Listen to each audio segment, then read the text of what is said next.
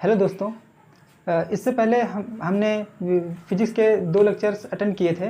यदि आप इस वीडियो को देखने जा रहे हैं तो मेरा सजेशन रहेगा कि कृपया आप इससे पहले के 2 वीडियोस को देख लीजिए। यदि आपको वीडियो देखने हो तो इस वीडियो के डिस्क्रिप्शन बॉक्स में नीचे लिंक दिए गए हैं, कृपया उनको आप जाइए और देख लीजिए। आज हम फिजिक्स के में पढ़ी गई विमाओं के उपयोग को जानेंगे, क्योंकि यदि हम किसी भी चीज़ को समझते हैं मगर हम उसका उपयोग ना समझें, अपने डेली जीवन में उसका उपयोग ना समझ पाएँ, तो भाई उसका पढ़ने का कोई मतलब नहीं निकल पाता है। तो आज हम समझते हैं कि विमाओं के उपयोग क्या हैं। विमाओं के उपयोग, यूजेस ऑफ डायमेंशंस। विमाओं के कई उपयोग हैं और उसके लिए सबसे पहला जो उपयोग है, to find the units in the given system of units. मतलब कि जैसे कोई मात्रक दिया हो, कोई दूरी है, कोई मतलब भौतिक राशि है जैसे दूरी, तो दूरी को हम कई राशियों में कई मतलब मात्रकों में नाप सकते हैं। जैसे कि कुछ लोग दूरी को मीटर में नापते हैं, कुछ लोग सेंटीमीटर में नापते हैं, कुछ लोग किलोमीटर में नापते हैं, कुछ लोग ज़रूरत के हिसाब से फुट में भी नाप लेते हैं और भी अन्य मात्रकों में नापे जाते हैं। तो ऐसे कई सिस्टम होते हैं यूनिट्स के, और उनको यदि हम समझ पाए तो ये जान पाएंगे कि विमाओं का उपयोग करके कैसे है हम किसी राशि के मात्रक को किसी एक सिस्टम ऑफ यूनिट्स से किसी दूसरे सिस्टम ऑफ यूनिट्स में बदल सकते हैं। तो पहले हम ये जान लेते हैं कि सिस्टम ऑफ यूनिट्स कितने होते हैं। इतनी समय दुनिया में नॉर्मली ये 3 सिस्टम ऑफ यूनिट्स चलते हैं, मगर चौथा एक और है, एसआई सिस्टम। वैसे तो यही 3 है, मगर चौथा मेन है जो इंटरनेशनल है। किसी किसी देश में ये सिस्टम ऑफ यूनिट चलता है, किसी देश में ये सिस्टम ऑफ यूनिट चलता है, तो किसी देश में ये सिस्टम ऑफ यूनिट चलता है। मगर इंटरनेशनल व्यापार के लिए इस तरह के इस सिस्टम ऑफ यूनिट का इस्तेमाल किया जाता है। माने यदि कोई देश किसी दूसरे देश को कुछ बेचता है तो उसके लिए एसआई सिस्टम में मापन पद्धति का इस्तेमाल किया जाएगा। मगर अगर किसी देश के अंदर ही कोई व्यापार हो रहा है तो उसके लिए किसी उस देश में लागू हुई सिस्टम ऑफ यूनिट का उपयोग करते हैं। जैसे कि मान लीजिए अपने देश भारत में एमकेएस पद्धति चालू है, तो एमकेएस पद्धति में ही कोई भारत में किसी भी एक कोने से दूसरे कोने में जो व्यापार के लिए आदान प्रदान करने के लिए जो मापन होगा वो एमकेएस पद्धति में होगा। अब जैसे किसी देश जापान में मान लीजिए सीजीएस पद्धति चालू है, तो सीजीएस जापान में जापान देश के किसी एक हिस्से से किसी दूसरे हिस्से में आदान प्रदान करने के लिए जो मापन की पद्धति अपनाई जाएगी वो सीजीएस पद्धति में अपनाई जाएगी। मगर अगर मान लीजिए भारत को जापान को या जापान को भारत को कुछ लेना देना हो, तो यहाँ पर आदान प्रदान करने के लिए जिस सिस्टम ऑफ यूनिट का इस्तेमाल करना पड़ेगा वो करेंगे, वो होगी system of units, system of international system of units. तो अब हम थोड़ा सा इनको समझते हैं कि इनको थोड़ा और डिटेल में जानते हैं कि ये हैं क्या, वास्तव में इनका नाम ऐसे क्यों रखा गया। वास्तव में यहाँ पर मीटर, किलोग्राम और सेकेंड, ये जो एमकेएस पद्धति है इसमें एम का मतलब हो गया मीटर, इसको हम पूरा लिखे देता हूँ। के का मतलब हो गया किलोग्राम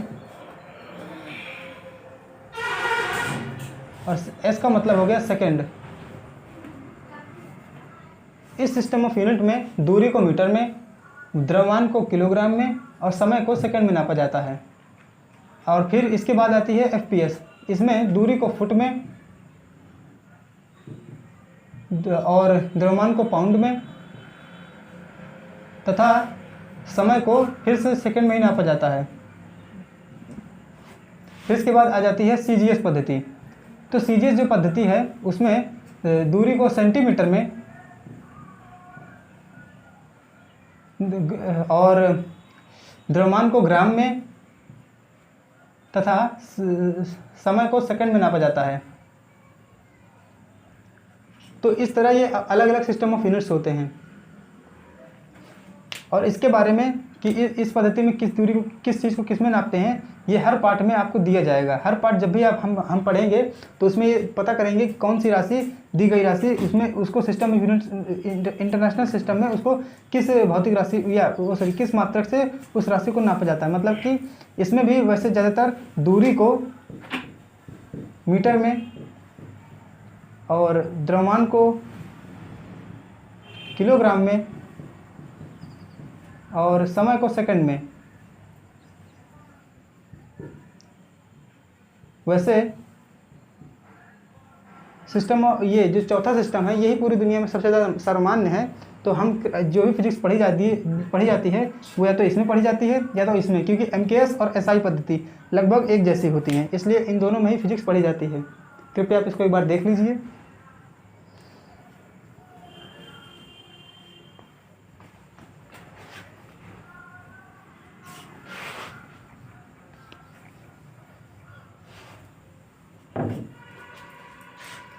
अब आ जाते हैं यूज ऑफ डायमेंशंस में। तो विमाओं के उपयोग के लिए सबसे पहले हमने जान लिया कि कितने तरह के सिस्टम ऑफ यूनिट्स होते हैं। उनमें से सबसे पहला कितने प्रकार के सिस्टम ऑफ यूनिट्स होते हैं वो हमने जान लिया।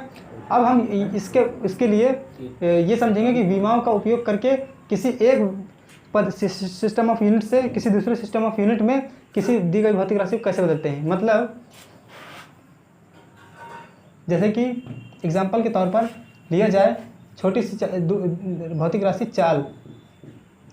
चाल का जो मीटर प्रति MKS पद्धति में मात्रक होगा वो होगा मीटर प्रति सेकंड, मगर जो CGS पद्धति में मात्रक होगा वो हो जाएगा सेंटीमीटर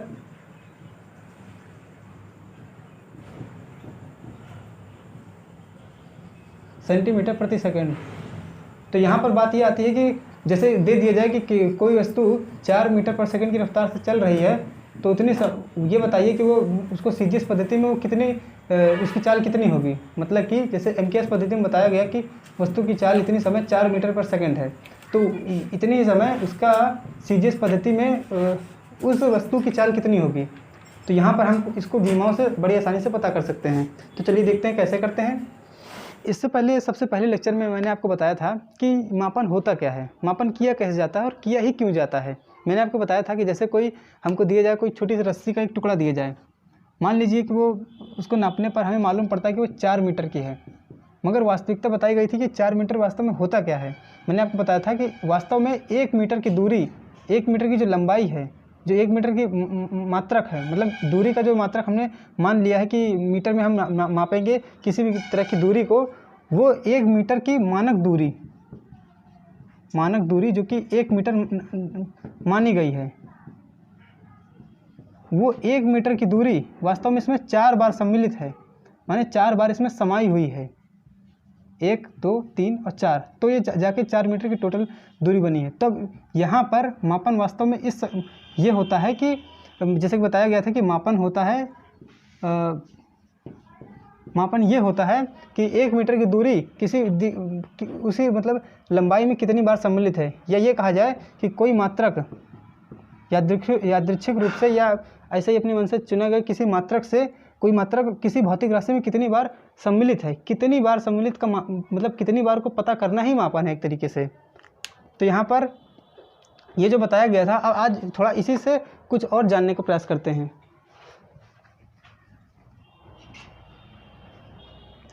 इससे एक तरह की बात निकल के आई कि जैसे दूरी जैसी राशि, दूरी जो कि एक राशि है, माने क्वांटिटी है, तो दूरी जैसी राशि, भौतिक राशि को हमने कुछ संख्याओं के रूप में नापा। जैसे कि दूरी यहाँ पे हमने नापी जो कि निकल के आई 4 मीटर, तो यहाँ पे जो 4 निकल के आया वो एक अंक है, संख्या है, जो कि हमने मतलब नापा, जिसको हमने नापा।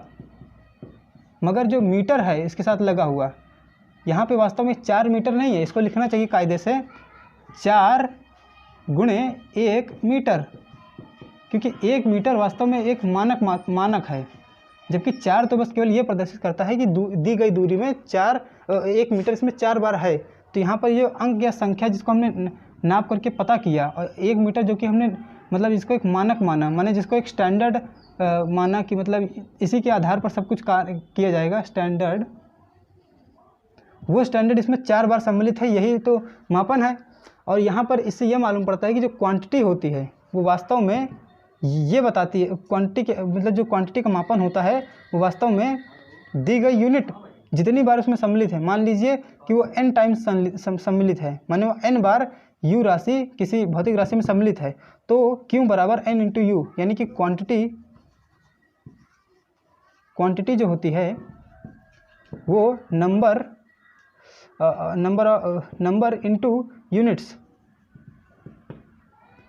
इंटू केवल यूनिट, तो ये होती है भौतिक राशि। अब यहाँ पर एक बात ये आती है कि जैसे मान लीजिए यही भौतिक राशि है जो कि वास्तव में 4 मीटर की है, ये वास्तव में है, यहाँ पर नापा गया तो ये 4 और इंटू मीटर की है।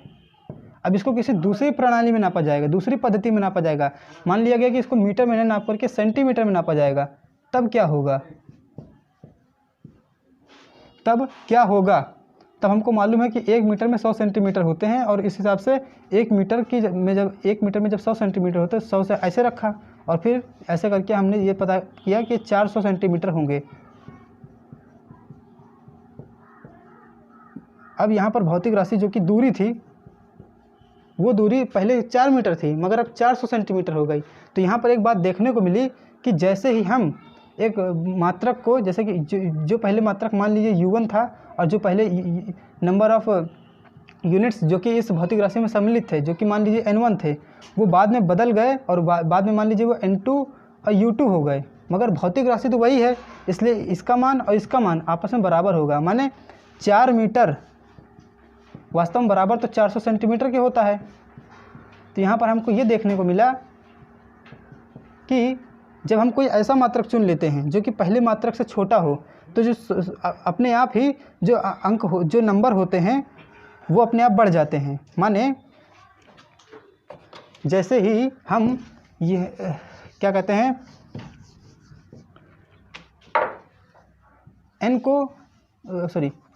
u को बढ़ाते हैं, घटाते हैं, तो n अपने आप बढ़ जाता है। मगर इसी तरह दूसरा भी एक एग्जांपल लिया जा सकता है, जिसमें मान लीजिए कोई वस्तु है जो कि हम, कोई जगह है जो कि हम यहाँ से 4000 मीटर दूर है, तो हमें पता है कि वो वास्तव में हम यहाँ से 4 किलोमीटर दूर है। अगर हम किसी भौतिक राशि के मात्रक को, एक मात्रक की जगह पर कोई ऐसा मात्रक रख दें जो कि पहले वाले मात्रक से बड़ा हो, माने किलोमीटर चूँकि मीटर से बड़ा है, तो हम ये अपने आप पाएंगे कि जो ये संख्या है, ये संख्या अपने आप घट जाएगी। इसका मतलब अगर u यानी कि u फॉर यूनिट माने मात्रक, अगर हम मात्रक को बढ़ाते हैं तो अपने आप नंबर जो होंगे वो अपने आप घट जाएंगे, ये सभी अंक जो होंगे अपने आप घट जाएंगे। तो यहाँ पर एक संबंध मालूम पड़ता है कि n जो है वो नंबर ऑफ़ यूनिट्स के मतलब व्युत्क्रमानुपाती है। व्युत्क्रमानुपाती माने उल्टा अनुपात में है, माने ये बढ़ेगा तो ये घटेगा, बढ़ेगा तो ये घटेगा। आप इसी तरह इसको समझ सकते हैं। ये चीज़ समझना यहाँ पे ज़रूरी हो जाता है, क्यों, उसका आगे थोड़ा सा रीज़न समझ में आने लगेगा।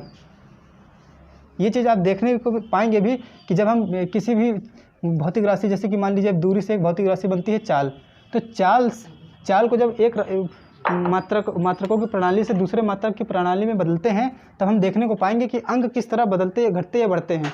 हम ये देखने को पाएंगे कि जब MKS पद्धति में चाल जो कि मीटर प्रति सेकंड में दी गई है, वो जब CGS पद्धति में बदली जाएगी, तो CGS पद्धति में हम ये पाएंगे कि जो इसकी चाल जो कि सेंटीमीटर पर सेकंड में रखी जाती है, उसमें जो यहाँ पर U1 ये तो चूँकि ज़्यादा है, मगर U2 सेंटीमीटर की होने की वजह से कम है। यहाँ पर हम ये पाएंगे जो N1 होगा वो यहाँ पर U1 भले ही U2 से ज़्यादा हो, मगर यहाँ पर इस बार N2 जो होगा वो N1 से ज़्यादा होगा। ये कैसे होगा, अब इसको एग्जाम्पल के थ्रू समझते हैं। अब जैसे कि हमने चाल को ही लिया और हमने पाया कि एक 4 मीटर पर सेकंड की स्पीड से कोई वस्तु गति कर रही है। तो 4 मीटर पर सेकंड से वस्तु गति कर रही है। अब हमें कहा जाए कि उसको CGS पद्धति में बदल के दिखाइए, तो इसको लिए हमको मालूम है कि चाल जो भौतिक राशि है, मान लीजिए क्यों को हमने किस रूप में पहले समझाया था कि क्यों को क्या लिखा जा सकता है, n इंटू यू, क्योंकि उसमें यूनिट्स जो होंगे वो इस तरह पर किए जाएंगे और n जो होंगे वो नंबर ऑफ़ यूनिट्स होंगे, जो कि मतलब ये बताएंगे कि कितने number of units are contained in the given physical quantity. मतलब ये बताएगा कि नंबर ऑफ़ कितने यूनिट्स कितनी बार उस भौतिक राशि में सम्मिलित हैं, ये n संख्या बताएगी। और u ये बताएगा कि हमने कौन सा मात्रक चुना है। u एक सिंपल चीज़ है मगर n थोड़ा मापन की चीज़ है। तो यहाँ पर जो भौतिक राशि दी गई है क्यों नहीं मतलब चाल, वो चाल को n इंटू यू के रूप में लिखा जा सकता है। तो यहाँ पर U1 जो है उसको ले लिया गया है मीटर पर सेकंड में, और U2 जो है वो कह रहा है कि U2 को ले लीजिए आप CGS पद्धति में। अब यहाँ पर हमें पता होना चाहिए कि CGS पद्धति में चाल का मात्रक क्या होता है। तो CGS पद्धति में चाल का मात्रक सेंटीमीटर पर सेकंड होता है। इसको हम ध्यान रखेंगे। तो यहाँ पर सवाल कह रहा है कि सेंटीमीटर पर सेकंड की रफ्तार में बदलिए मीटर पर सेकंड को। तो भौतिक राशि जो कि पहले थी कौन, N1 U1, वही बाद में भी रहेगी N2 U2। माने कहने का ये है कि वस्तु चाहे हम किसी भी मात्रक में नापें, किसी भी मतलब सिस्टम ऑफ यूनिट में, प्रणाली में, पद्धति में नापें, मगर वो वस्तु की जो गति है वो तो उतनी ही रहेगी ना। माने वो दौड़ेगी, चलेगी, भागेगी तो उतना ही ना। जैसे कोई वस्तु है, यदि उसको किलोग्राम में नापा जाएगा तो भी उसका वजन इतना ही रहेगा, मगर जब इसको ग्राम में नाप लिया जाएगा तो अंक बदल सकते हैं, मात्रक बदल सकते हैं, मगर उस वस्तु का वास्तविक द्रव्यमान जो होगा वो उतना ही रहेगा। माने उसका जो वजन है या जो उसका भारीपन है वो भारीपन उतना ही रहेगा, भारीपन घटने बढ़ेगा नहीं। भले ही हम उसका मात्रक कितना भी घटा या बढ़ा दें, मतलब मात्रक बदल करके उसके अंकों घटा या बढ़ा दें, कुछ भी करें, मगर उसका वास्तविक भारीपन जो हम अनुभव करते हैं किसी वस्तु को उठाने पर, जो हम अनुभव करते हैं कि ये वस्तु वास्तव में इतनी भारी है, वो भारीपन नहीं घटने बढ़ने वाला, बल्कि वो वस्तु उतनी ही रहेगी। जब तक कि हम उसकी वस्तु के द्रव्यमान में वास्तव में परिवर्तन ना करें तब तक वो कुछ नहीं होने वाला। तो इसीलिए कहा गया कि यहाँ पर जो पहली राशि है, जो कि मतलब पहली मापन के लिए, मतलब चाल को जब पहली पद्धति में नापा गया तो वो उसकी जो परिमाण निकल के आया वो N1 और राशि U1। तो N1 U1 वो राशि वास्तव में N2 U2 जैसी राशि के बराबर होगा। क्यों? क्योंकि अभी बताया गया कि द्रव्यमान तो बदलने नहीं वाला, ना ही चाल वैसे बदलने वाली है जब तक कि उसकी चाल में वास्तविक रूप में कोई परिवर्तन न किया जाए, बल्कि बस केवल उसके मात्रकों में परिवर्तन करने से हम बस केवल उसके अंक या उसके मात्रक ही बदल पाएंगे। तो यहाँ पर इसको बीमा से ही हम करेंगे। तो यहाँ पर हम इसको करेंगे कैसे, देखिए N1 और N2, हमें यहाँ पर N1 पता है जो कि है 4 मीटर पर सेकेंड,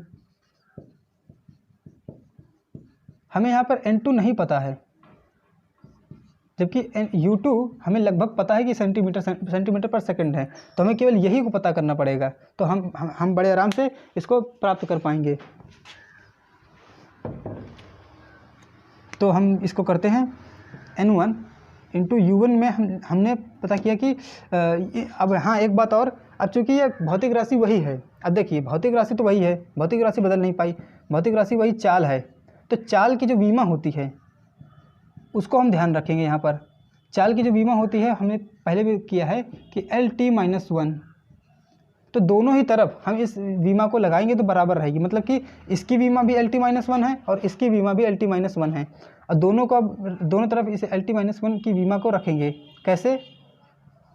N1 LT-1 और यहाँ पर N2 LT-1। अब यहाँ पर ये होता है, अब देखिएगा यहाँ पर ये होता है कि इस बार यहाँ पर जो L है वो L दूरी को रिप्रेजेंट कर रहा है, मगर जो मात्रक के रूप में लिया गया है वो मीटर लिया गया है। और इस बार जो यहाँ पर L है वो L दूरी को तो रिप्रेजेंट कर रहा है, मगर सेंटीमीटर को, मतलब इसके लिए जो मात्रक लिया गया है वो सेंटीमीटर लिया गया है। तो इसलिए यहाँ पर इसको L2 ले लीजिए, क्योंकि वास्तव में L और ये L बराबर नहीं होंगे।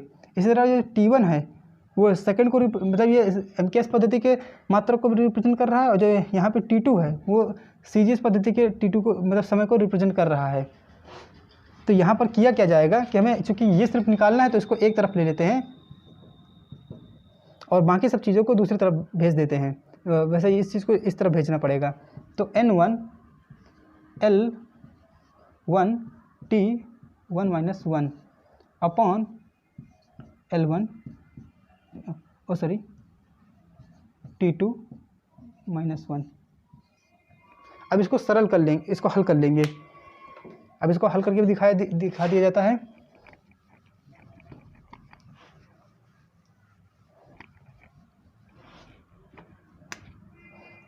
तो जो N2 है उसको अब यहाँ पे N1 की वैल्यू रखते हैं। हमको पता है कि N1 यहाँ पे 4 मीटर पर सेकंड लिया गया था, तो केवल 4 यहाँ पे लिखेंगे, और जो L1 है अपॉन L2 हो गया, उसको अलग ऐसे करके लिया, और जो T1 है उसको T1 अपॉन T2 करके ऐसे अलग ले लिया। अब यहाँ पे 4 को वैसे ही रख देंगे। L1 हमने बताया था कि ये मीटर को लेना है, और सेंटीमीटर में जो लेना था, जो L2 है वो सेंटीमीटर में लेना है।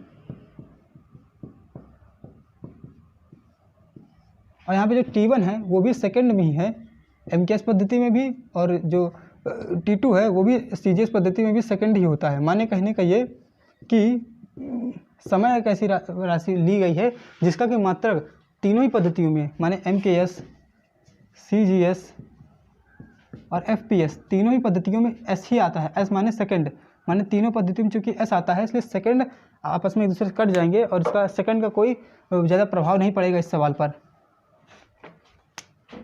और अब यहाँ पर मीटर को देखते हैं कि मीटर में कितनी बार सेंटीमीटर होते हैं। हमें पता है कि 1 मीटर में 100 सेंटीमीटर होते हैं, तो हम यहाँ पर इसको ऐसे लिख लेंगे। और यहाँ पर ये कट चुका होगा तो ये 1 की पावर एक तरीके से -1 लिख सकते हैं, जिसकी वैल्यू वैसे भी 1 ही आने वाली है। अब यहाँ पर सॉरी बहुत जल्दी हो गया 4, और यहाँ पर ये 100 इंटू यहाँ पर सेंटीमीटर अपॉन सेंटीमीटर हो जाएगा, जो कि कैंसिल हो जाएगा। तो इस प्रकार से निकल के आया कि N2 बराबर 400।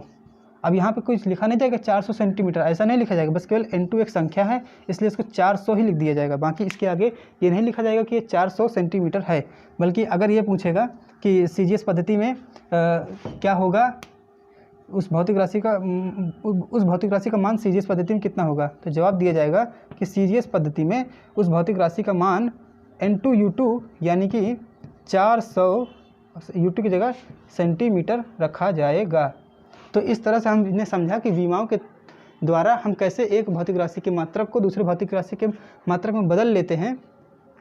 ये बदलने का कन्वर्जन फैक्टर हमने देखा, और ये भी पाया कि हमने ये भी पाया कि हम इस तरह से विमाओं से बदल भी सकते हैं। साथ ही साथ ये भी हम देखने को पाते हैं कि जो ये भौतिक राशियाँ के ये मान होते हैं, ये इस मात्रकों को बदलने से मतलब यूनिवर्सली मतलब रेसिप्रोकली बदलते हैं, माने व्युत्क्रमानुपात के रूप में बदलते हैं। माने अगर इस मात्रक को हम घटाएंगे तो ये संख्या अपने आप बढ़ेगी, और इस मात्रक को अगर बढ़ाएंगे तो ये मात्रक घटेंगी, ये संख्याएं घटेंगी।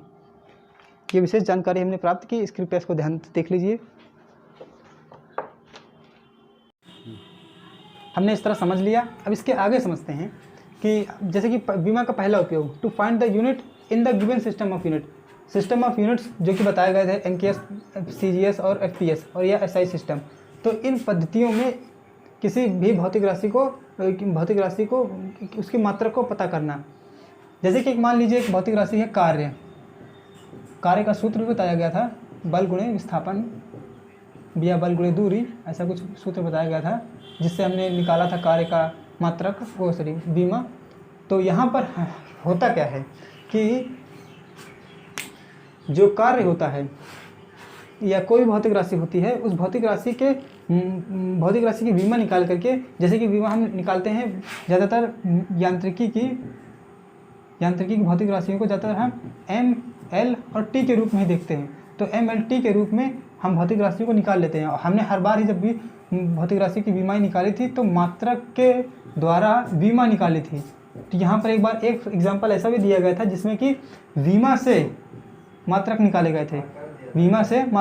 गए थे। इससे ये अंदाज़ा मिल गया था कि मात्रक और विमा एक दूसरे से काफ़ी कुछ संबंध रखती हैं।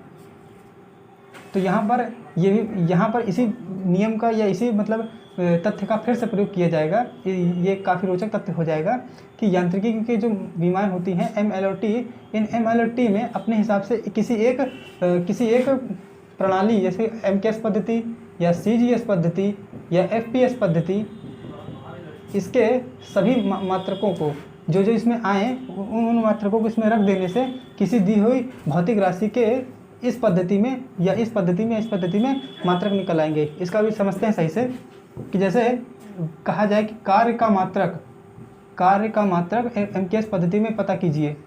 तो कार्य का मात्रक MKS पद्धति में पता करने के लिए पहले आपको पता होनी चाहिए कार्य की विमा, और कार्य की विमा बताई गई थी कार्य, ऊर्जा इत्यादि सभी राशियों की विमाएँ ML2T-2 होती है, जो कि काफ़ी सुंदर विमा है बोलने में।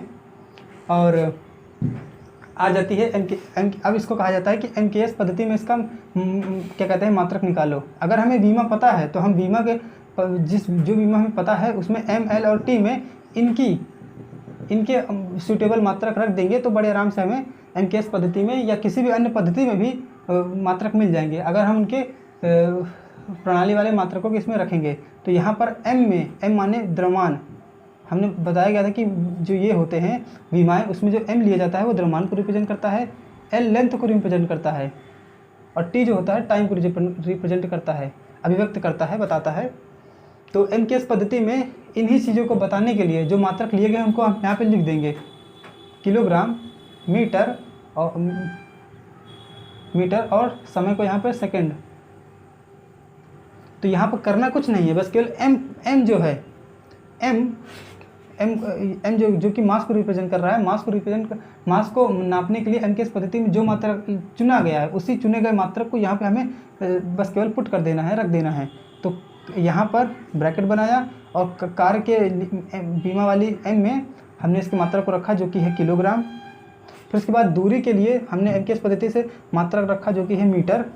अब चूंकि घात इसमें 2 है तो इसमें भी चुपचाप से आप केवल 2 वैसे ही घात लगा दीजिए। अब इसमें समय को t के लिए MKS पद्धति में जो मात्रक था वो था सेकंड, उसको रख दिया गया, मगर जो घात है बस को वैसे ही चढ़ा दिया।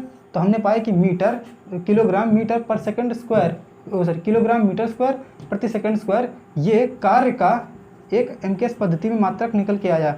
वास्तव में जो हमने एक बार बताया था कि बल का एक मात्रक न्यूटन होता है, वो न्यूटन कैसे होता है, न्यूटन से पहले इसको समझ लीजिए कि ये जो इस तरह की राशियाँ निकल के आती हैं MKS पद्धति में, इन राशियों को हम अपने हिसाब से कोई नाम दे देते हैं। जैसे कि जिस वैज्ञानिक ने कार्य के ऊपर ज़्यादा विशेष रिसर्च की उसने उसके सम्मान में इस राशि को, इस भौतिक राशि का नाम जूल रख दिया गया, क्योंकि उनका नाम जूल था, तो इसलिए इस भौतिक राशि का नाम अपनी तरफ से हमने जूल रख लिया। इसी तरह दूसरी एक और भौतिक राशि होती है जो कि MKS पद्धति में, CGS पद्धति में कार्य का दूसरा मात्रक भी हो सकता है।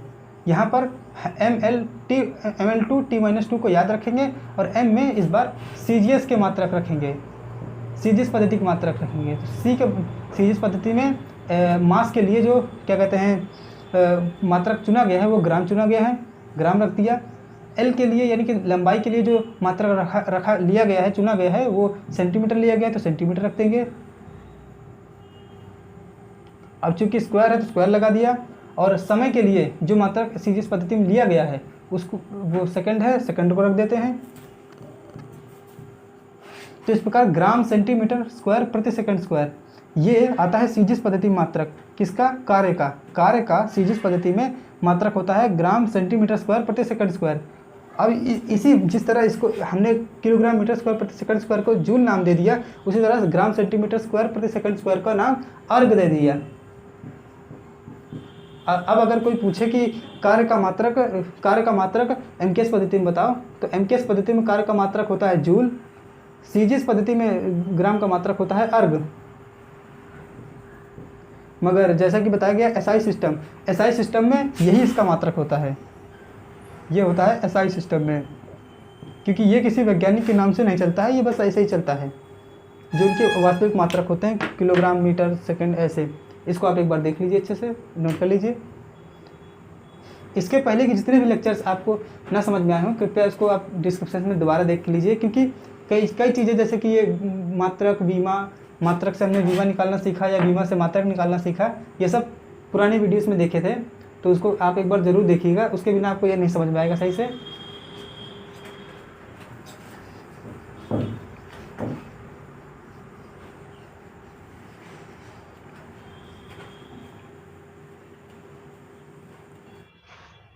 तो इस तरह हमने समझ लिया कि कैसे मतलब किसी भौतिक राशि को किसी भी भौतिक राशि को हम किसी एक मात्रकों की प्रणाली की जगह किसी दूसरे मात्रक की प्रणाली में भी व्यक्त करने सीख चुके हैं विमाओं के थ्रू।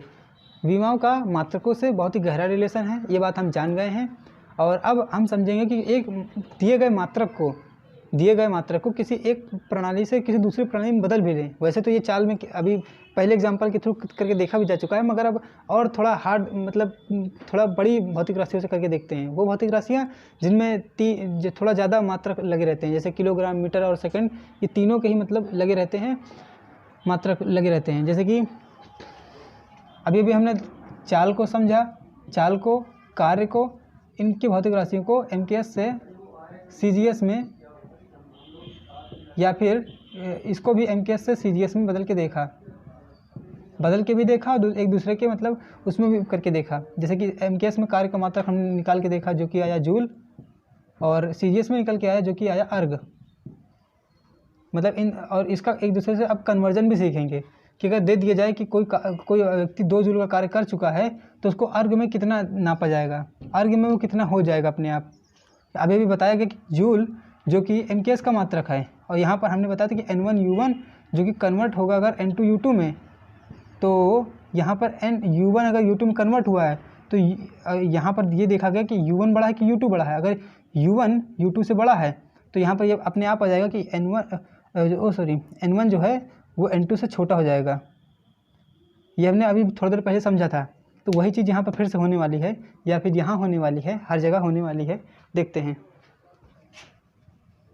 पहले हम चाल को दिया गया, जैसे कि हमने पहले तो समझ लिया कि एक चाल अगर दी गई है 4 मीटर पर सेकंड, तो 4 मीटर पर सेकंड की चाल को जब हम MKS से CGS में बदलते हैं तो हमने पाया था कि 400 सेंटीमीटर पर सेकंड की स्पीड हो गई थी। तो यहाँ पर N1U1 जो बदला था बराबर हुआ था N2U2 के, और यहाँ पर हमने देख लिया था कि N और U जो है वास्तव में कांस्टेंट है, वो नहीं बदला है। और इसी बात को हम ध्यान में रखेंगे अच्छे से कि N जो होगा वो व्युत्क्रमानुपाती होगा इसके, जो संख्याएं होंगी, जो जितनी संख्याएं मतलब नंबर ऑफ यूनिट्स, माने कि कोई किसी भौतिक राशि में कोई दिया गया मात्रक जितनी बार सम्मिलित है उसकी संख्या, सम्मिलित होने की जितनी संख्या है वो संख्या चुने गए भौतिक राशि के मात्रक के रेसिप्रोकल होगा। रेसिप्रोकल माने व्युत्क्रमानुपाती होगा। व्युत्क्रमानुपाती का सीधा सा हिंदी मतलब ये होता है कि जैसे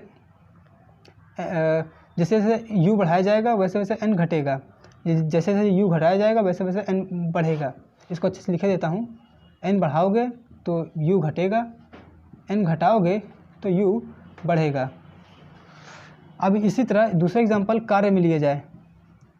अब जैसे कि कहा गया था कि 4 मीटर पर सेकंड को क्या कहते हैं 4 मीटर पर सेकंड की रफ्तार को CGS पद्धति में बदल के दिखाओ, तो बदलने पर 4 अपने आप 400 में बदला था। उसी तरह अब कहा जाए कि जैसे 3 जूल है, 3 जूल कार्य को 3 जूल को CGS पद्धति में बदलो।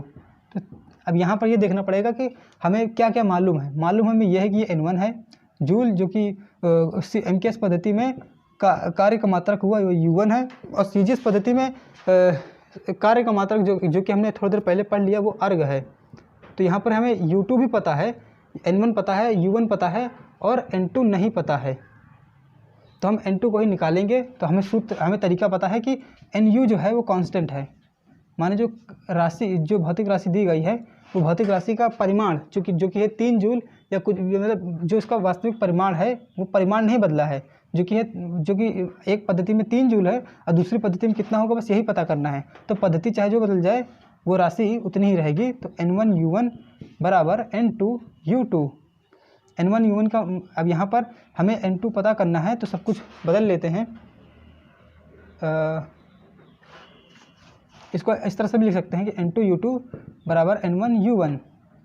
अब यहाँ पे सबकी मान रख देते हैं। तो N2 यहाँ पे वैसे V रखेंगे, ML2T-2 ये V हैं क्या कहते हैं कार्य की। हमें पहले बता दिया है कि इसकी V ML2T-2 होगी। और यहाँ पे नीचे 2 लिखने का तात्पर्य ये का अर्थ ये है कि ये दूसरे सिस्टम ऑफ यूनिट की हैं, इसलिए इसको यहाँ पे रखा गया है। अब यहाँ पर N1 और फिर ML1 M1 L1 1 या वैसे यहाँ 2 होगा और T1 में -2।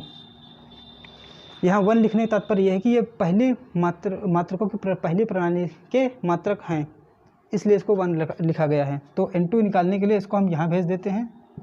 तो N2 बराबर निकल के आएगा N1। अब इसको अच्छे से सॉल्व करने के लिए सही से लिख लेंगे, L1/L2 की पावर 2 और T1/T2 की पावर -2। अब हम पता करते हैं N1 का मान जो कि दिया है 3 जूल। M1 का मान मतलब M1 पहली पद्धति में m1 का मतलब हुआ पहली पद्धति में मास यानी कि वजन का मात्रक, पहली पद्धति जो कि MKS पद्धति है और CGS पद्धति जो कि दूसरी पद्धति है। तो पहली पद्धति में द्रव्यमान का मात्रक जो कि हम जानते हैं कि किलोग्राम होता है, उसको लिख दिया, भागे दूसरी पद्धति में द्रव्यमान यानी कि मास का मात्रक जो कि होता है सेंटीग्राम, ग्राम लिख दिया। फिर इस तरह पहली पद्धति में दूरी का मात्रक, पहली पद्धति MKS पद्धति में क्या कहते हैं, MKS पद्धति में दूरी का मात्रक हमें पता है कि मीटर होता है, मीटर लिख दिया, भागे दूसरी पद्धति में लंबाई या दूरी का मात्रक जो कि होता है सेंटीमीटर, तो इसको लिख दिया और घात जितनी भी है चढ़ा दिया। इसके बाद जो T1 है, T1 वो वास्तव में है समय, इस समय को रिप्रेजेंट कर रहा है। तो समय का पहली पद्धति मात्रक जो कि सेकंड होता है और समय का दूसरी पद्धति में मात्रक भी सेकंड ही होता है, तो इसलिए सेकंड भागे सेकंड। अब घात होगी -2, तो यहाँ पर हम पाएंगे कि अब इनको किलोग्राम, 1 किलोग्राम में 1000 ग्राम होते हैं, तो इसको लिख दिया।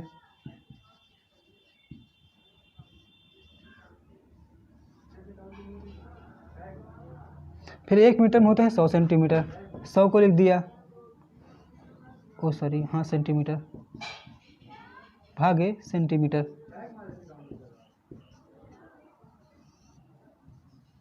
और ये कट चुका होगा इसलिए इसको चुपचाप से 1 लिख लेते हैं।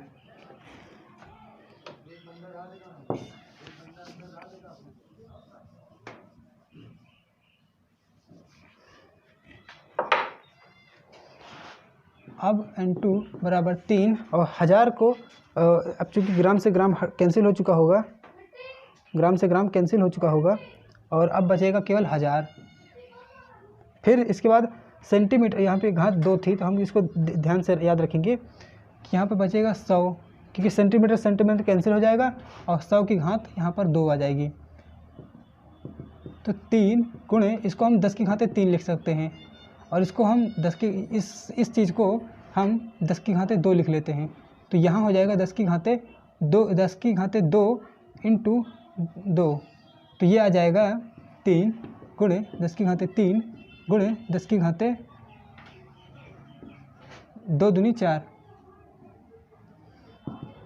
तो यहाँ पे जाएगा 10 की घाते 3 धन 4 और अब आ जाएगा 3 गुणे 10 की घाते 7।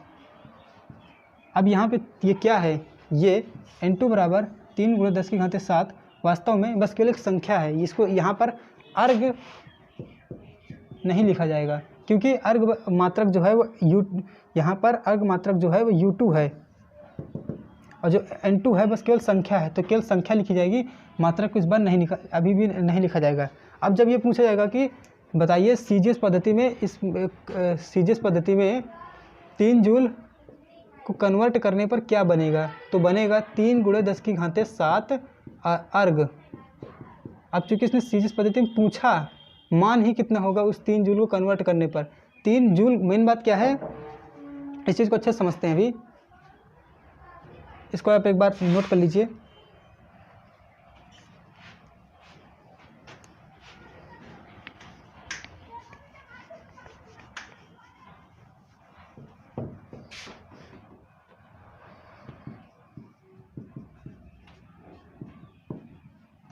मेन बात होता यह है कि पूछा गया कि MKS, प्रश्न ये था कि MKS पद्धति में अगर 3 जूल कोई भौतिक राशि है, कार्य अगर 3 जूल है, तो ये बताइए कि CGS पद्धति में कितना होगा, प्रश्न ये था। तो यहाँ पर ये नहीं पूछा जा रहा है कि यहाँ पर सिर्फ 3 के बारे में नहीं कहा जा रहा है, यहाँ दोनों को सम्मिलित करके पूछा जा रहा है, दोनों को एक साथ लेकर के पूछा जा रहा है, जूल को भी और 3 को भी। माने 3 जूल, इस 3 और जूल को, मतलब 3 और जूल नहीं, मतलब 3 जूल, इस 3 जूल को अगर बदला जाएगा तो कितना ये होगा, कितना हो जाएगा CGS पद्धति में। तो यहाँ पर हमने सिर्फ 3 को नहीं बदला बल्कि 3 और जूल दोनों को बदला है। 3 को बदलने पर तो 3 ही आएगा, मगर जो ये जूल है, जूल को बदलने पर अर्घ आया और यहाँ पर अर्घ जो है वो जूल से छोटा होता है, इसलिए यहाँ पर ये आया। अब यहाँ पर कई बार ये भी पूछता है कि 1 जूल में कितने अर्घ होते हैं, तो यहाँ पर जब 3 जूल को बदलने पर 3 गुणे 10 की घाते 7 7 अर्ग आए हैं, माने 3 जूल बराबर 3 गुणे 10 की घाते 7 अर्ग आए हैं। तो आप समझ सकते हैं कि अगर दोनों तरफ 3 का भाग दे दिया जाए तो फिर 1 जूल बराबर 1 गुणे 10 की घाते 7 अर्ग। अब यहाँ पे चूँकि MKS का मात्रक है और ये CGS का मात्रक है, तो आप यहाँ पे ये बताना चाहते हैं 10 की घाते 7 का मतलब होता है 1 करोड़।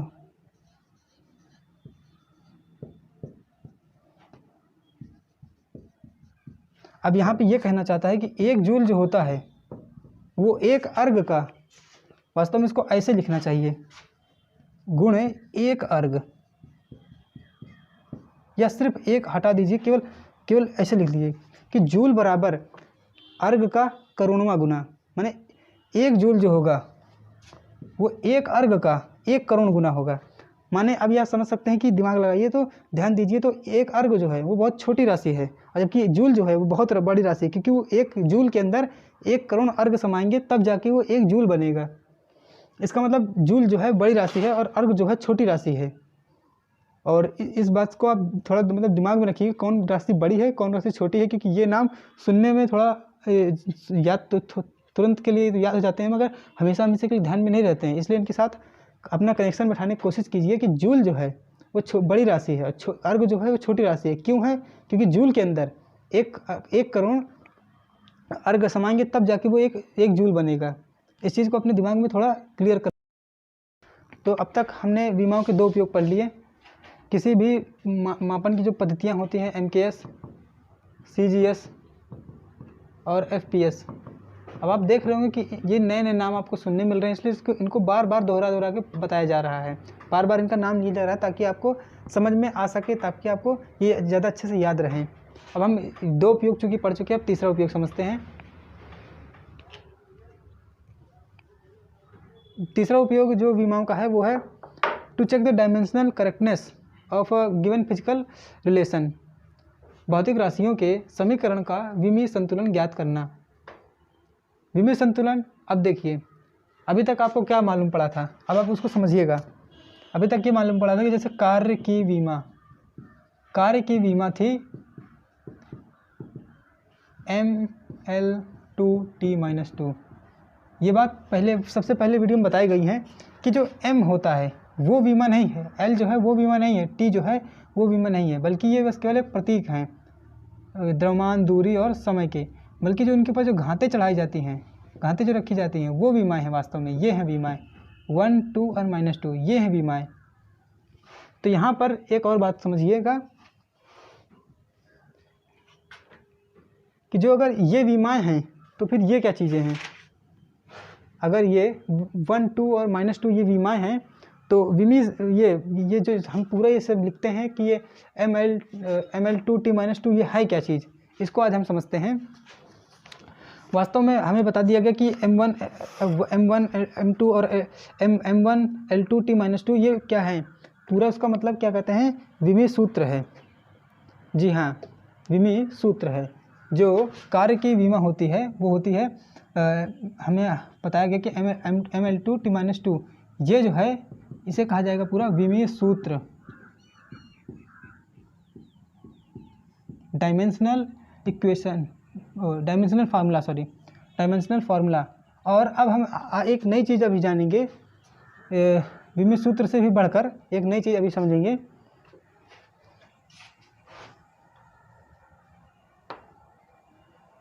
जैसे कि आपको हमेशा से ये सूत्र पढ़ाया गया है, चाल बराबर दूरी बटे समय।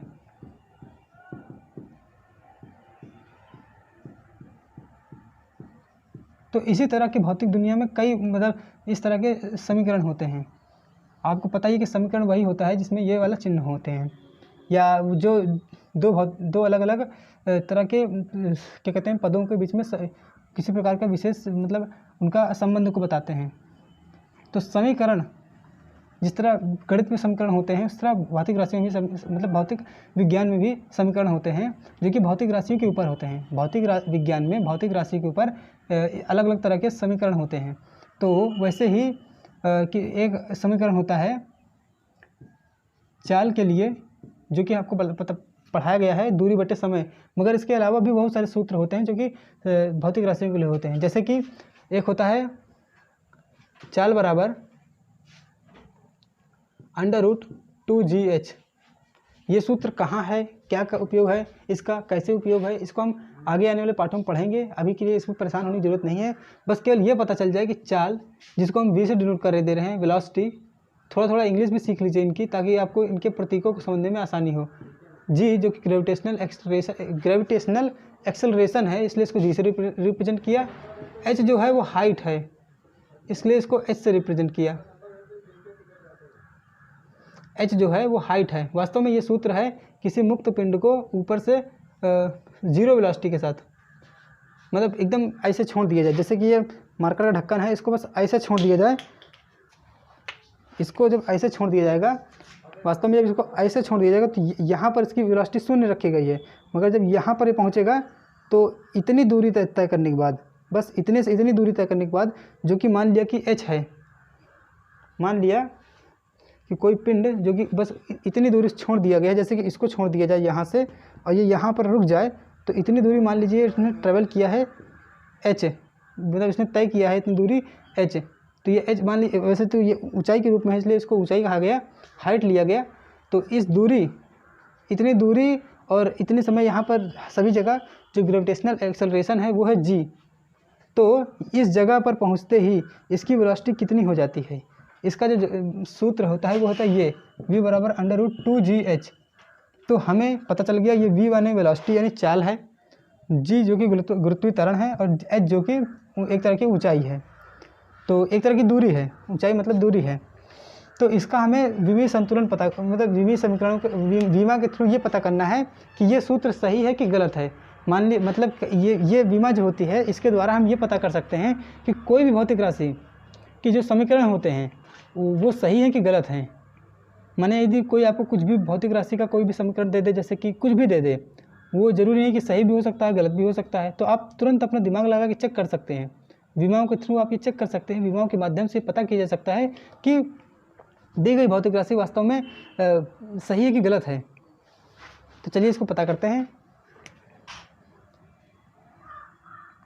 विमा, अब यहाँ पर होता क्या है कि जब अगर कोई भौतिक राशि, इसका बस केवल एक ही छोटा सा नियम है कि यदि कोई भौतिक राशि का समीकरण, भौतिक राशियों के समीकरण अगर सही है, तो v की विमा मतलब प्रथम पक्ष की विमा, RHS की विमा LHS की सॉरी गलती हो गया, LHS की विमा RHS की विमा के बराबर होगी, लेफ्ट हैंड साइड की विमा राइट हैंड साइड की विमा के बराबर होगी। तो यहाँ पर v की विमा जो है वो वास्तव में √2GH की विमा के यदि बराबर हो तो फिर यह सूत्र सही है, अन्यथा ये सूत्र सही नहीं हो सकता है। सूत्र अगर इसमें कोई भी गलती है तो फिर ये सूत्र सही हो ही नहीं सकता, चाहे जो हो। यहाँ पर आपको एक बार पहले बताया गया था कि जो संख्याएं होती हैं, संख्याओं की कोई विमा नहीं होती है। यदि ये पहले ना बताया गया तो आप यहाँ समझ लीजिए कि √2 इन सब चीज़ों की कोई विमा नहीं होती है। इसको हम लिखेंगे कैसे, इसको हम विमाओं में तोड़ने के लिए इसको ऐसे लिख सकते हैं, यहाँ पर इसकी कोई बीमा नहीं होती है, इसको हटा देंगे। अब हम इसकी बीमा निकाल के देखते हैं। v की बीमा होनी चाहिए बराबर, पहले उसके लिए LHS की बीमा निकाल के देखते हैं। v की बीमा हम जानते हैं कि मीटर प्रति सेकंड मात्रक होने के कारण इसकी जो बीमा है वो आ जाएगी LT-1। अब यदि √G और √H इन हमने देख लिया कि LHS में जो बीमा है वो आ रही है LT-1। अब यहाँ पर RHS की बीमा निकाल के देख लेते हैं। RHS माने √2GH की बीमा, तो यहाँ पर √2 की बीमा तो निकलेगी नहीं, तो √G और H की बीमा निकाल के देख लेते हैं। या इसको और थोड़ा तोड़ लेते हैं √G इंटू √H के रूप में। जब √G और H के रूप में तोड़ा जाएगा तो इसके मात्रक में पहले निकाल के देख लेते हैं। तो G का मात्रक जो कि होता है मीटर प्रति सेकंड स्क्वायर, और इसका √, और फिर उसके बाद में समय दूरी के लिए उस पर भी ऊपर वो √ लगाए तो √ मीटर। अब जब इसका गुणनफल होगा तो यह आ जाएगा √ मीटर स्क्वायर प्रति सेकंड स्क्वायर। अब इसके बाद आएगा ये पूरा √ इस मीटर प्रति, या फिर इसको लिख सकते हैं मीटर प्रति सेकंड का होल स्क्वायर, और ऊपर से और अंडर रूट। तो ये अंडर रूट और ये स्क्वायर और ये अंडर रूट एक तरीके से एक दूसरे को कैंसिल कर लेंगे। कैसे कैंसिल कर लेंगे उसके लिए आप ये समझिए, इसको गणित में ऐसे भी लिखा जाता है कि इसको और ब्रैकेट बना करके अंडर रूट को 1/2 भी कर देते हैं। तो जब इन दोनों का आपस में गुणा होगा तो 1/2 इंटू 2 इज इक्वल टू 1। तो यहाँ पे जाएगा मीटर पर सेकंड की होल पावर 2 इंटू 1/2। अब इसको और अच्छे से समझे तो बस ये आ जाएगा मीटर प्रति सेकंड की होल पावर 1, या अब इसी का वी में निकल के आएगी तो जो आएगी वो आएगी LT-1। एक तरीका तो ये है कि बस इसके अपने मूल मात्रकों के रूप में व्यक्त कर लिया जाए और बस मूल मात्रकों का आपस में गुणनफल या भागफल जो भी है वो देखा जाए और बस बाद में विमा उनकी रख दी जाए। एक दूसरा तरीका और हो सकता है जो कि है कि एक दूसरा तरीका ये हो सकता है कि जी की डायरेक्टली बीमा रखी जाए जो कि है LT-2। एल की है एल, बस केवल एल, और अब चूंकि इन पूरे की क्या कहते हैं पूरे में घात चढ़ी है, अंडर रूट लगा है, तो यहाँ पर घात चढ़ा दी जाए 1/2, या इसको 1/2 डायरेक्ट में किया जाए, पहले इसको अंडर रूट लगा दिया जाए। तो ये हो जाएगा कि अंडर रूट LT-2L, नहीं समझे, LT-2 वास्तव में जी के लिए है और एल जो है वो सिर्फ एच के लिए है। अब यहाँ पर आ जाता है कि ये हो जाएगा L2T-2 की होल पावर 1/2, या फिर इन दोनों को और सॉल्व किया गया तो LT-1 ही आएगा, और यहाँ पे 2 इंटू 1/2 आ जाएगा। अब इसको जब सॉल्व करेंगे तो ये पूरा 1 आ जाएगा, जो कि इस तरह से अंडर रूट 2GH की विमा, अंडर रूट 2GH की विमा LT-1 आई। अब चूँकि LHS की विमा RHS की विमा के बराबर है, इसलिए ये सूत्र दिया गया, ये सूत्र सही हो सकता है। अब ये सही हो सकता है क्यों कहा गया है? सही हो सकता है इसलिए क्यों कहा गया है क्योंकि ये विमीय रूप से सही है। अंडर रूट GH की विमा अंडर रूट V की विमा के बराबर है, मगर जो 2 होता है, 2 यहाँ पे हो भी सकता है, नहीं भी हो सकता है, ये तो आगे आने वाले सूत्रों में मालूम पड़ता है। इसलिए बस केवल इसका किसी भी भौतिक राशि को जो विमीय संतुलन है, मतलब विमाओं के आधार पर, मात्रकों के आधार पर जो संतुलन है वो चेक किया जा सकता है, मगर ये नहीं चेक किया जा सकता है कि यहाँ पे अंडर रूट 2 ही होगा या 3 होगा या 4 होगा। वैसे तो इस सूत्र के लिए 2 ही होगा, मगर बाकी और किसी संभावना के लिए यहाँ पे कुछ और भी हो सकता है। तो अब इसको अलग तरीके से देखेंगे। अब एक और एग्जाम्पल के थ्रू इसको समझते हैं अच्छे से। इसको आप एक बार नोट कर लीजिए।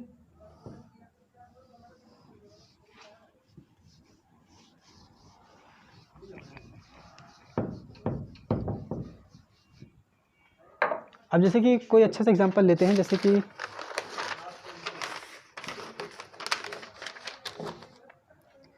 एक और बढ़िया अच्छा सा भौतिक राशियों का समीकरण है,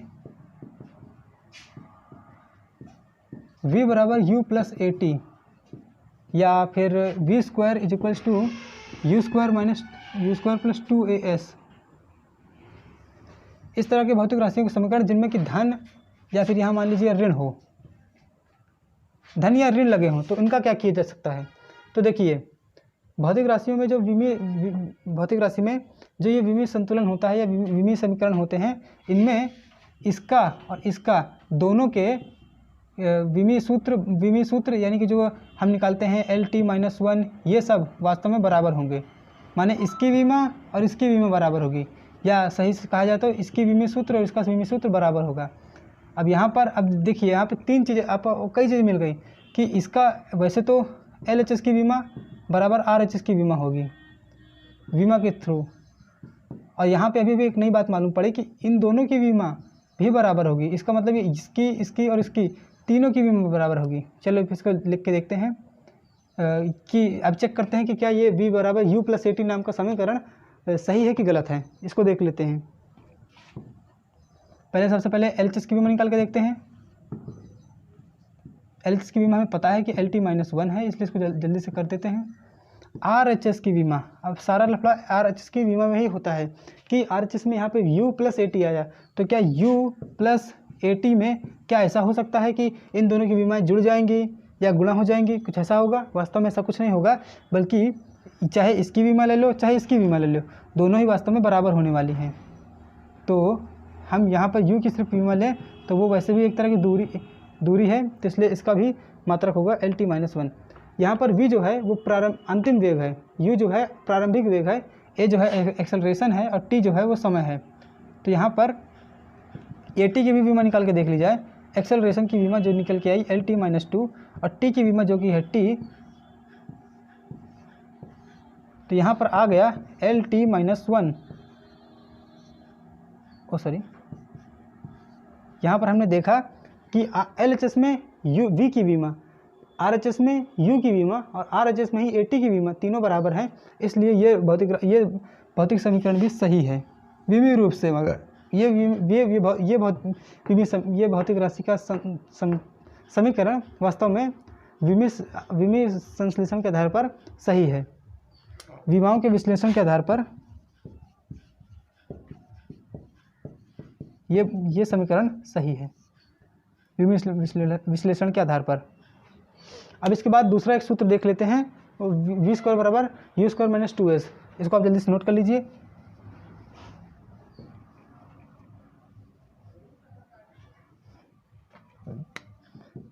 v² बराबर u² - 2as। यहाँ पर ये v अंतिम वेग है। अंतिम वेग का मतलब हुआ कि जैसे कि बताया गया था यहाँ पर, अब जैसे ये है, अगर यहाँ पर इसको छोड़ा जाए, यहाँ पर इसका प्रारंभिक वेग, चूँकि मतलब प्रारंभिक मतलब शुरुआत का वेग जो कि 0 था, जब अंतिम में छोड़ा गया तो यहाँ पर ये कितना आखिरी वेग प्राप्त कर गया, उसको निकालने के लिए सूत्र दिया जाता है v² बराबर v²। यहाँ पर तो ऐसे प्लस होगा, इस वाले सूत्र के लिए तो प्लस हो जाएगा, मगर अगर किसी संभावना के लिए यहाँ पर माइनस भी हो सकता है जब इसको ऊपर उछाला जाए ऐसे कुछ। तो यहाँ से जब जो वेग दिया गया वो वेग कुछ होगा, ऊपर पहुँचने पर इसका वेग एकदम शून्य हो जाएगा। ये सब हम आगे फिजिक्स में पढ़ेंगे, तो इसको यहाँ पे ज़्यादा डिटेल में चर्चा नहीं करते हैं, बस केवल विमीय संतुलन को समझते हैं। ये अंतिम वेग है, ये प्रारंभिक वेग है,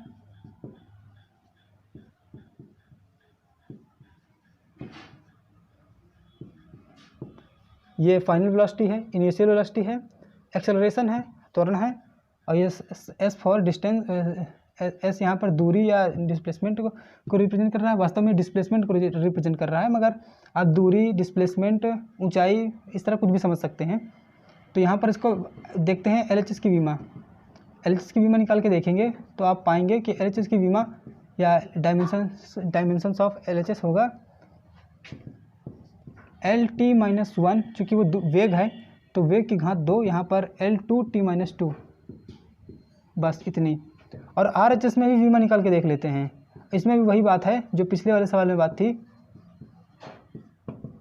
RHS में जो विमा है वो है u² की, तो u² में भी u भी एक तरह की वेग ही है, तो वेग का भी जो स्क्वायर होगा पहले की तरह L2T-2 हो जाएगा।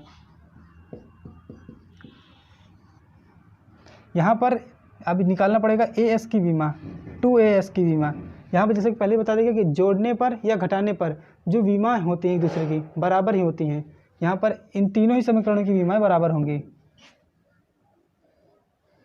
इन तीनों ही भौतिक राशियों की विमाएँ बराबर होंगी, क्योंकि इन दोनों की बराबर हैं और ये इसके बराबर है, तो इसलिए ये तीनों इसके बराबर भी होगा। एक बार इसको अच्छे समझ चुके होंगे आप। एक्सेलरेशन की विमा L-T-2 और यहाँ पर दूरी की विमा L। तो यहाँ पे जब इसको आप हल करेंगे तो L2T-2 देखा आपने कि L2T-2 और L2T-2 तीनों में वही विमा निकल के आई है, जो कि पहले बताया गया था कि इसकी विमा के बराबर तो आएगी ही आएगी, क्योंकि दोनों ही वेग हैं, मगर इसकी विमा की इसलिए बराबर भी हो जाएगी क्योंकि बीच में ऋण का चिन्ह लगा है। जोड़ या घटाने का चिन्ह लगा होगा तो आप एक बात नोटिस कर रहे होंगे कि जोड़ या घटाने के चिन्ह लगे होने पर कोई फर्क नहीं पड़ता है। यहाँ पर इन दोनों की विमाएँ बराबर होती हैं। इसे विमीय सूत्र कहते हैं, इनको विमाएँ कहते हैं।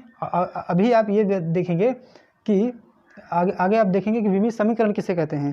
3 चीज़ें होती हैं, विमा, विमीय सूत्र और विमीय समीकरण। तो अब अगला नंबर विमीय समीकरण का है, कृपया आप इसको नोट कर लीजिए।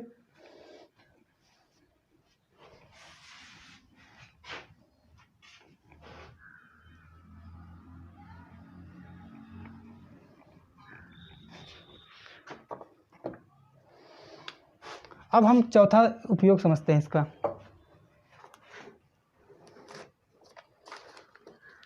चौथा उपयोग समझने के लिए हम जो पहले हिंट दे दिया गया है कि पहला हिंट ये है कि हमेशा ही इनको विमाएँ कहते हैं, इसे पूरे को विमीय सूत्र कहते हैं। अब चौथा हिंट यही है कि इसके आगे हम पढ़ने जा रहे हैं कि विमीय समीकरण कैसे कहते हैं, तो विमीय समीकरण को ही हम इस चौथे उपयोग में समझेंगे। चौथा उपयोग है क्या? चौथा उपयोग है as a research tool for new relations. मतलब ये कि नए भौतिकी समीकरणों के लिए एक ये यंत्र की तरह है। विमाएँ जो होती हैं वो एक विमा को एक यंत्र की तरह भी इस्तेमाल किया जा सकता है, एक मतलब तकनीक की तरह इस्तेमाल किया जा सकता है किसी भी नए भौतिक राशि के किसी भी नए भौतिक समीकरण को उत्पन्न करने के लिए। जैसे कि मान लीजिए कि जैसे कि एक एग्जाम्पल के थ्रू इसे समझते हैं। हाँ, एक अच्छा सा एग्जाम्पल छोटा सा, टी फॉर टाइम या समय, टाइम डिलेशन या टाइम अंतराल, समय अंतराल हो सकता है। अगर मान लीजिए कि पेंडुलम जो हो, पेंडुलम का वैसे पेंडुलम ऐसे होता है कि एक रस्सी होती है, उसके निचले छोर पर एक ठोस भारी गोला लोहे का या किसी भी अन्य धातु का एक ठोस गोला होता है जो कि धागे के द्वारा एक स्थिर अनमूवेबल एक आधार से वो टंगा होता है। ये एक डोरी होती है जो कि इनएक्सटेंसिबल होती है, जो कि मतलब अतान्य होती है, मतलब ये ज़्यादा तन नहीं सकती, मतलब एकदम तनी हुई होती है, एकदम लचीली होती है। ये नहीं कि ये बहुत ज़्यादा सिकुड़ उकड़ जाए, ऐसा कुछ नहीं होता है। ये डोरी होती है, उस डोरी से एक मतलब बॉब होता है, जिसे इस बॉब को या मतलब इस पेंडुलम को टांग दिया जाता है। तो इस पूरे यंत्र को पेंडुलम कहते हैं। तो इस पेंडुलम का अगर इसको यहाँ से खींच के यहाँ रख दिया जाए, यहाँ रख लिया जाए, तो इसको जब आप छोड़ेंगे तो ये छोड़ने पर ऐसे काफ़ी ऐसे जाएगा, फिर ऐसे जाएगा, फिर ऐसे जाएगा, फिर ऐसे जाएगा, ऐसा ये कई बार करता रहता है। तो ये इसका ये कितनी मतलब कि ये यहाँ से यहाँ जाने में, फिर अपनी प्रारंभिक स्थिति में आने में, और यहाँ से फिर यहाँ जाने में, और फिर अपनी प्रारंभिक स्थिति में आने में, माने इस तरह के 4 छोटे छोटे अंतराल तय करने पर कितना समय लगाएगा। या आप ये कह सकते हैं कि यहाँ से एक बार यहाँ और फिर इतना ही आने में, माने केवल यहाँ से यहाँ जाने में और यहाँ से फिर वापस आने में अगर जितना समय लगाता है उसे कहते हैं समय अंतराल। इस समय अंतराल को निकालने के लिए सूत्र, समय अंतराल निकालने के लिए हमें सूत्र नहीं मालूम है। अब मान लीजिए हमें नया सूत्र पता करना है, तो वो सूत्र कैसे निकालेंगे? हमने प्रयोगों द्वारा करके देखा अगर, तो हमें मालूम पड़ा कि ये जो डोरी की लंबाई है, डोरी की लंबाई धन साथ ही साथ इस बॉब की मतलब इस गोले की त्रिज्या और ये क्या कहते हैं, डोरी को आपस में जोड़ दिया जाए तो वो निकल के आई एक तरह की दूरी L। और साथ ही साथ ये जिस भी जगह पर हो रहा है उस जगह पर जो भी गुरुत्वीय त्वरण लग रहा होगा वो उस सब पर निर्भर करता है, L और G पर, L इंटू G पर। T प्रोपोर्शनल L है और T प्रोपोर्शनल G है। तो यहाँ पर ये है कि इससे सूत्र बनाइए, नया सूत्र बनाइए। अभी तक हमने बस केवल विमाओं से दी गई भौतिक राशि के समझा कि उसके विमीय संतुलन कैसे पता कर सकते हैं, ये कैसे पता कर सकते हैं कि उसके किसी एक मात्रकों के सिस्टम में से किसी दूसरे मात्रक के सिस्टम में कैसे बदला जाए। अब यहाँ पर हम ये देखेंगे कि नए भौतिक राशि के समीकरण कैसे बनाए जा सकते हैं। तो अब देखते हैं इसे।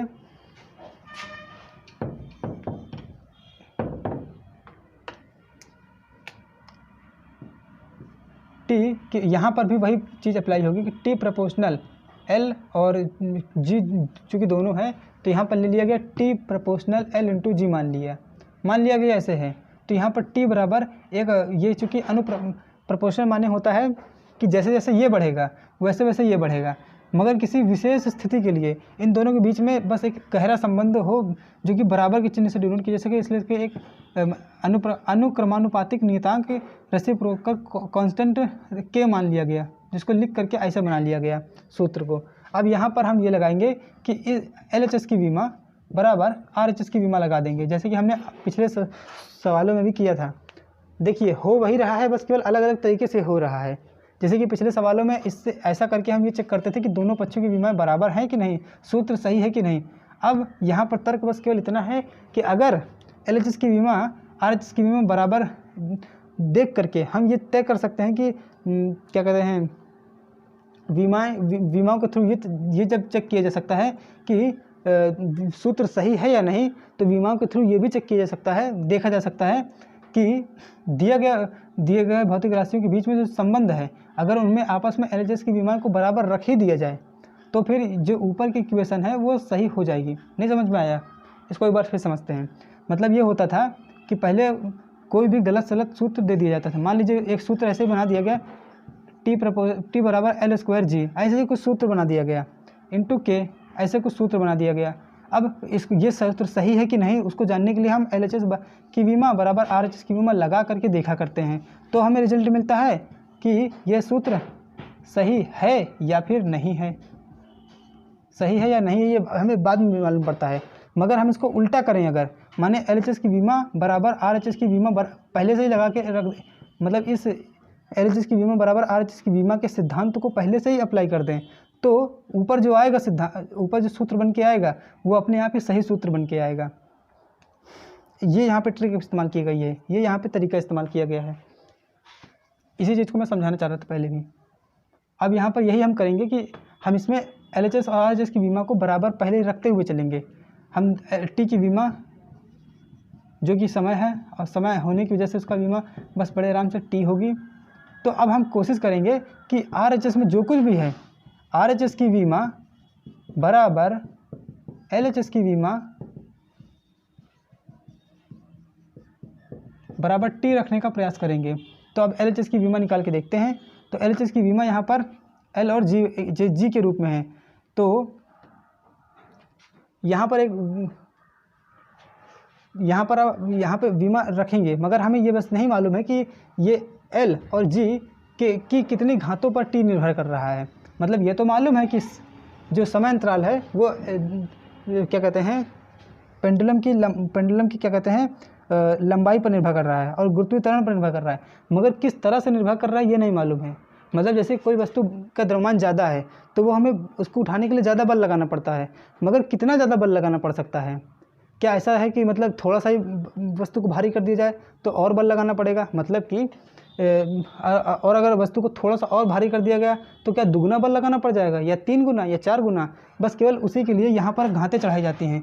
तो यहाँ पर मान लिया कि इसकी यहाँ पर अब घातें माननी पड़ेंगी कि यहाँ पर मान लिया घातें इसकी A और B हैं। तो यहाँ पर T की विमा जो बराबर हो जाएगी क्या कहते हैं, L पावर A की विमा गुणे G की पावर B की विमा की। इसको ऐसे करके देखेंगे। और K चूँकि एक समानुपाती नियतांक है, नियतांक माने एक तरह का अंक ही है, अंक है चूँकि, इसलिए इसकी विमा कुछ नहीं हो, 1 हो जाएगी, काम खत्म हो जाएगा इसका। तो RHS की विमा निकाल के देखते हैं। RHS की विमा जो आएगी उसको हमें जानबूझकर बराबर करना है उठा करके यहाँ से LHS की विमा के। तो L की विमा हम L की विमा हम L चूँकि दूरी है इसलिए उसका मात्रक दूरी का विमा जो होती है वो L होती है, और उसकी ऊपर घात हमने A चढ़ाए दे रहे हैं। और G की विमा LT-2 होती है, इसकी घात हम B चढ़ाए दे रहे हैं।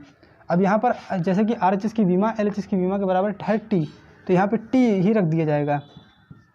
और यहाँ पे T को हम ऐसे भी लिख सकते हैं कि M0 L0 और T की घात 1। और यहाँ पर M तो है नहीं इसलिए M ना भी रखो तो भी चलता है। अब हम इसको सूत्र को हल कर लेंगे। तो L की घात हो जाएगी A प्लस B, या T की घात हो जाएगी -2B। अब हम दोनों पक्षों में यहाँ पर ऐसे, अब हम दोनों पक्षों में तुलना कर देंगे। तो तुलना करने पर 2 समीकरण बन रहे हैं, एक A प्लस B बराबर 0 और दूसरा -2B बराबर 1। अब यहाँ पर दोनों सूत्रों को हल कर लेंगे। इसको हल करना बड़ा सिंपल है, चलिए करके देखते हैं। चाहे तो आप इसमें ऊपर 2 का गुणा करके दोनों को जोड़ दीजिए, या फिर आप ऐसे ही हल कर लीजिए। यहाँ पर B बराबर आ रहा है -1/2, चूँकि ये B बराबर -2 उधर जाएगा, तो बस ये इतना पद इधर नीचे जाने की वजह से आ जाएगा। तो इसको ज़्यादा डिटेल में लिखने की ज़रूरत नहीं पड़ रही है। और B बराबर अगर B बराबर 1/2 आ रहा है, तो a बराबर माइनस बी आ रहा है, जो कि प्लस में सॉरी इसको और थोड़ी डिटेल में करते हैं, तो a बराबर हाफ आ रहा है बस। तो यहाँ पर निकल के आया कि a बराबर हाफ और b बराबर -1/2।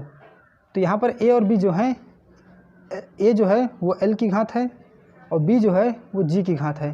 तो इसको हम यहाँ पे सही से पुट कर देते हैं, t बराबर k l की पावर a g की पावर b, इसको सही से पुट कर देते हैं।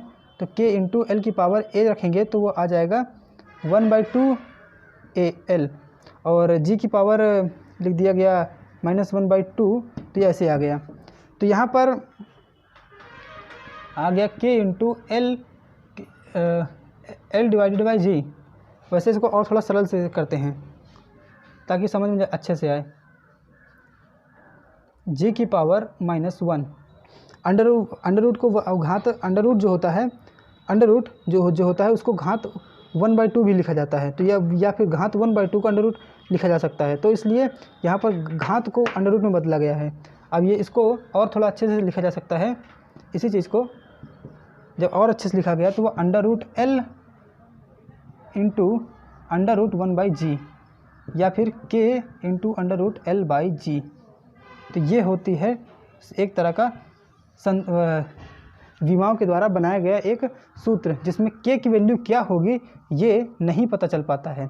विमा का ये दोष है जो कि हम आगे अगले अपने नेक्स्ट चैप्टर में पढ़ेंगे कि विमा का दोष क्या होते हैं। माने विमाओं के इतने सारे फायदे तो हैं, विमाओं से हम पता कर सकते हैं कि दिए गए सिस्टम ऑफ यूनिट से, मात्रकों की पद्धति से किसी एक राशि, किसी भौतिक राशि के मात्रक को किसी दूसरे भौतिक राशि के मात्रक में बदलना, या उसको देख लेना कि पता कर लेना कि कौन सा मात्रक है, मात्रक को किसी दूसरे मात्रक में देख लेना। ये भी चेक कर लेना कि दिया गया विमीय समीकरण, ये वाला विमीय समीकरण को भी आप चेक करके देख सकते हैं, देखना चाहें तो ये सही ही आएगा। इसको चेक करके देखना, या फिर किसी नए बने मतलब ऐसे सूत्र को पता करना जो कि अभी तक बना ही नहीं है, उसको भी बना के देख लेना, बस केवल विमीय रूप में। माने इतने सारे फ़ायदे तो हैं, मगर इसके दोष क्या हैं, सीमाएँ क्या हैं, ये हम अगले लेक्चर में अटेंड करेंगे। आपसे यह गुजारिश है कि आप ये वीडियो अच्छे से देखें और इसके बाद इसके पहले की भी वीडियो देख लें और इसके आने वाले वीडियोज़ को भी देखते रहें। धन्यवाद।